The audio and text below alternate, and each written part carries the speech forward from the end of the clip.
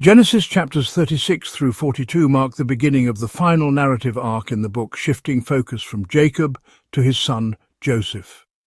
These chapters explore the movement of God's plan through both prosperity and suffering, dreams and betrayal, and set the stage for Israel's eventual sojourn in Egypt.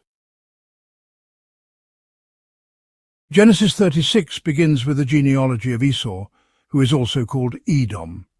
While Genesis focuses primarily on the line of promise through Jacob, or Israel, this chapter acknowledges the fulfillment of God's promise to Abraham that both Ishmael and Esau would also become great nations.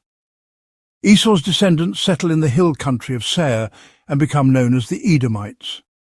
The chapter details Esau's sons, grandsons, chiefs and kings, giving insight into the political structure and influence of the Edomite nation. Notably, these kings ruled even before Israel had its first monarch, highlighting the rapid growth of Esau's lineage. While Esau's descendants become powerful, they remain outside the covenant line, serving as a backdrop to the story of Jacob's family.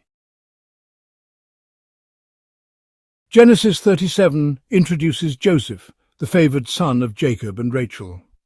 At 17, Joseph shepherds with his brothers and brings back a bad report, likely increasing tensions. Jacob's favoritism is displayed through the famous coat of many colors, which symbolizes Joseph's special status. Joseph's two dreams further alienate him. In the first, his brother's sheaves bow to his. In the second, the sun, moon, and 11 stars bow to him. These dreams foreshadow Joseph's future, but also provoke jealousy and hatred. One day, when Jacob sends Joseph to check on his brothers near Shechem, they plot against him. Reuben, the eldest, suggests throwing him into a pit to save his life later. But Judah proposes selling him to Ishmaelite traders. The brothers agree, and Joseph is sold for 20 shekels of silver. They dip his coat in goat's blood and deceive Jacob into believing a wild animal has devoured him.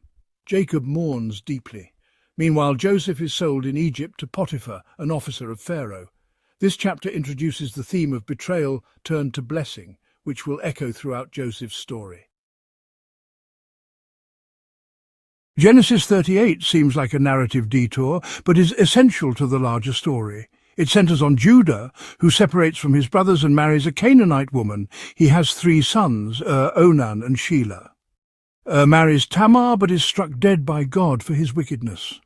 According to custom, Onan must produce offspring for his deceased brother, but he selfishly refuses and is also put to death. Judah delays giving Shelah to Tamar, fearing he too will die. Tamar, recognizing Judah's failure, disguises herself as a prostitute and tricks him into sleeping with her. She becomes pregnant and, when confronted, reveals that Judah is the father. Judah declares, "She is more righteous than I," acknowledging his failure. Tamar gives birth to twins, Perez and Zerah. This complex story highlights God's use of broken people and surprising circumstances to fulfill his purposes. Perez becomes an ancestor of King David and Jesus. Genesis chapter 39 resumes Joseph's narrative. As a servant in Potiphar's house, Joseph quickly rises to a position of trust because, well, as the text says, the Lord was with Joseph. He becomes the overseer of Potiphar's entire household. However, Potiphar's wife desires Joseph and tries, repeatedly to seduce him. Joseph refuses, saying, "How then can I do this great wickedness and sin against God?" Eventually she grabs him by his garment and he flees, leaving it behind. She then falsely accuses him and Joseph is imprisoned. Yet again, despite this injustice, the Lord was with Joseph and showed him steadfast love. He gains favor with the prison warden and is put in charge of the other prisoners.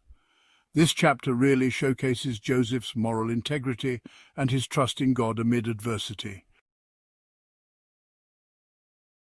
Genesis chapter 40 takes place in prison, where Joseph finds himself alongside Pharaoh's chief cupbearer and baker, both imprisoned for their own offences. Each of these men has a troubling dream, and Joseph, relying on his God-given gift, interprets them. He tells the cupbearer that his dream means he'll be restored to Pharaoh's service, while the baker's dream, rather grimly, foretells his execution. Both interpretations, as it turns out, prove to be completely accurate. Joseph, hoping for his own release, asks the cupbearer to remember him and mention him to Pharaoh. But once restored, the cupbearer forgets about Joseph. This delay, though certainly discouraging, actually sets the stage for future divine timing. The chapter in its entirety emphasizes not only Joseph's remarkable gift of interpretation, but also God's sovereign control over time and destiny. Genesis chapter 41 picks up 2 years later, when Pharaoh himself is troubled by 2 disturbing dreams. In the first, 7 fat cows are devoured by 7 gaunt cows, and in the second, 7 plump ears of grain are consumed by 7 thin ones. None of Pharaoh's magicians, try as they might, can interpret these dreams. That's when the cupbearer finally remembers Joseph. Joseph is brought out from prison, cleaned up and presented before Pharaoh. He makes it clear that God alone is the source of interpretation. Joseph explains that Pharaoh's dreams predict 7 years of abundance, followed by 7 years of famine. He recommends that Pharaoh appoint a wise man to store up grain during the years of plenty. Recognizing Joseph's wisdom and divine insight, Pharaoh appoints him as second in command over all Egypt. Joseph is given a new name, Zaphenath-Paneah, and a wife, Asenath, the daughter of an Egyptian priest. During the years of abundance, Joseph stores food and has 2 sons, Manasseh and Ephraim. This chapter really illustrates God's ability to elevate the humble and use dreams to fulfill his plans. Genesis chapter 42 opens with the famine reaching Canaan, and Jacob, seeing the dire situation, sends 10 of his sons to Egypt to buy grain, keeping Benjamin behind for safety. When the brothers arrive in Egypt, they unknowingly bow before Joseph, which actually fulfills the dreams Joseph had so many years before. Joseph recognizes them, but chooses to speak harshly, accusing them of being spies.